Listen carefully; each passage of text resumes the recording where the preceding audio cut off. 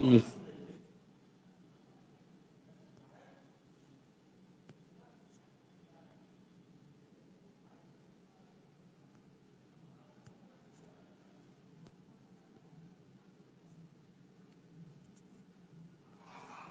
ہم۔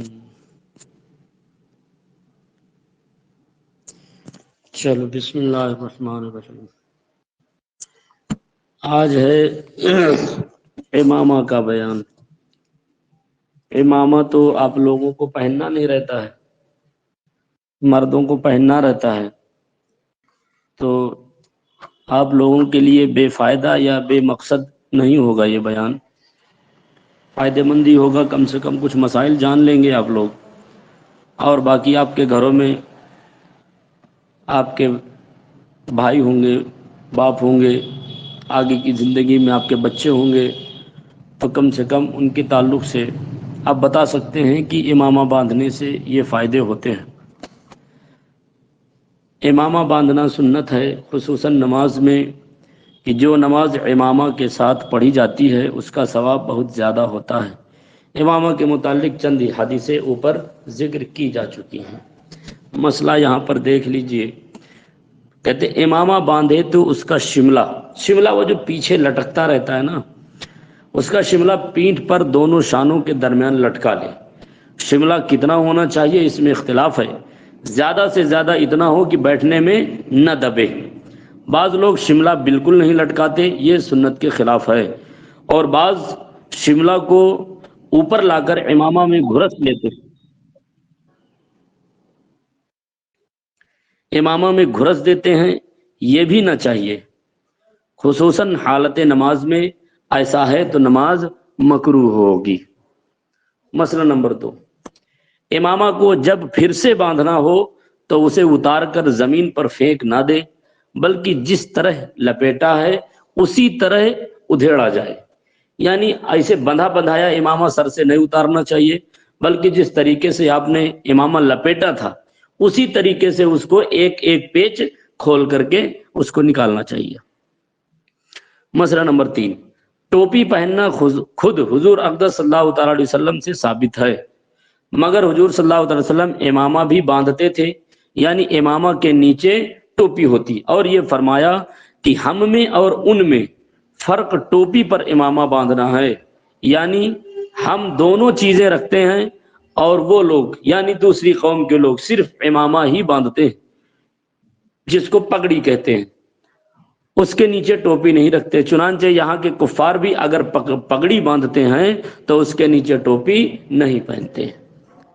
بعض نے حدیث کا یہ مطلب بیان کیا کہ صرف ٹوپی پہننا مشرکین کا طریقہ ہے، مگر یہ قول صحیح نہیں، کیونکہ مشرکین عرب بھی امامہ باندھا کرتے تھے، مگر وہ جو باندھتے تھے تو اس امامہ کے نیچے ٹوپی نہیں پہنتے تھے۔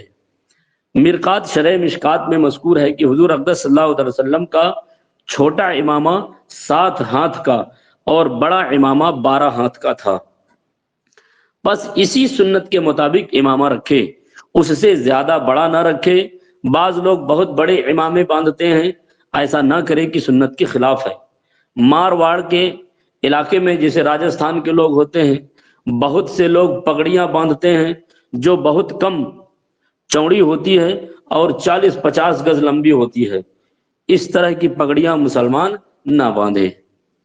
متفرق مسائل، بزرگان دین، اولیاء و صالحین کے مزارات طیبہ پر غلاف ڈالنا جائز ہے، جو چادر وغیرہ چڑھاتے ہیں جائز ہے، جبکہ یہ مقصود ہو کہ صاحب مزار کی وقعت نظر عوام میں پیدا ہو، اس کا ادب کریں، اس کے برکات حاصل کریں۔ اس نیت سے کیا کہتے ہیں چادر چڑھائی جاتی ہے، چادر ڈالی جاتی ہے۔ آج کل جو ہماری دنیا بھر کی کیا کہتے ہیں منتیں رہتی ہیں، وہ سب بلا وجہ کی ہوتی ہیں، فضول ہوتی ہیں۔ یادداشت کے لیے یعنی اس غرض سے کہ بات یاد رہے، بعض لوگ رومال یا کمربند میں گرہ لگا دیتے ہیں، یا کسی جگہ انگلی وغیرہ پر ڈورا باندھ لیتے ہیں، یہ بھی جائز ہے، اور بلا وجہ ڈورا باندھ لینا مکروہ ہے۔ گلے میں تعویذ لٹکانا جائز ہے، جبکہ وہ تعویذ جائز ہو، یعنی آیات قرآنیہ یا اسماء الہیہ یا ادعیہ سے تعویذ کیا جائے، اور بعض حدیثوں میں جو ممانعت آئی ہے اس سے مراد وہ تعویذات ہیں جو ناجائز الفاظ پر مشتمل ہوں، جو زمانے جاہلیت میں کیے جاتے تھے۔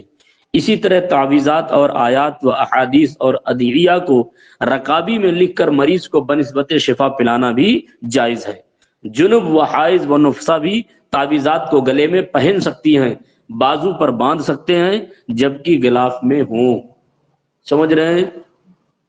تعویذ وغیرہ اگرچہ ان میں آیات قرآنیہ لکھی ہوں، لیکن پھر بھی اگر وہ غلاف میں ہیں تو حائضہ یا نفاس والی عورتیں یا ناپاک آدمی ان کو پہن سکتا ہے، بازو میں باندھ سکتا ہے، کوئی حرج نہیں ہے۔ اور تعویذ آپ وہی پہنیں گے جو کیا کہتے ہیں آیات قرآنیہ یا جو جائز طور پر ہوں، اور اگر خرافات پر مبنی ہوں یا کفار وغیرہ سے جو تعویذ لیتے ہیں تو کیا کہتے ہیں وہ قطعاً درست نہیں ہوں گے۔ بچھونے یا مصلے پر کچھ لکھا ہوا ہو تو اس کو استعمال کرنا ناجائز ہے۔ سمجھ رہے ہیں؟ کچھ لوگ تکیہ پہ لکھ لیتے ہیں، سمجھ رہے ہیں، تو اس کا استعمال بھی جائز نہیں ہے۔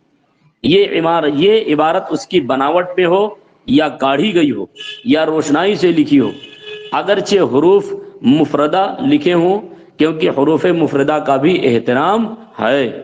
اکثر دسترخوان پر عبارت لکھی ہوتی ہے، ایسے دسترخوانوں کو استعمال میں لانا، ان پر کھانا کھانا نہ چاہیے۔ بعض لوگوں کے تکیوں پر اشعار لکھے ہوتے ہیں، ان کا بھی استعمال نہ کیا جائے۔ سمجھ رہے ہیں؟ بعض کاشتکار اپنے کھیتوں میں کپڑا لپیٹ کر کسی لکڑی پر لگا دیتے ہیں، اس سے مقصود نظر بد سے کھیتوں کو بچانا ہوتا ہے، کیونکہ دیکھنے والے کی نظر پہلے اس پر پڑے گی، اس کے بعد زراعت پر پڑے گی، اور اس صورت میں زراعت کو نظر نہیں لگے گی۔ ایسا کرنا ناجائز نہیں، کیونکہ نظر کا لگنا صحیح ہے، احادیث سے ثابت ہے، اس کا انکار نہیں کیا جا سکتا۔ حدیث میں ہے کہ جب اپنی یا کسی مسلمان بھائی کی چیز دیکھے اور پسند آئے تو برکت کی دعا کرے۔ برکت کی دعا کیا ہوگا؟ تبارک اللہ احسن الخالقین اللہم بارک فیہ، یا اردو میں یہ کہہ دے اللہ تعالیٰ برکت دے۔ اس طرح کہنے سے نظر نہیں لگے گی۔ یا کسی خوبصورت بچے کو ہنستا کھیلتا دیکھے اور ایسا محسوس ہو کہ اگر ہم اس کو دیکھیں گے تو نظر لگ سکتی ہے، تو آپ اس کے حق میں برکت کی دعا کریں۔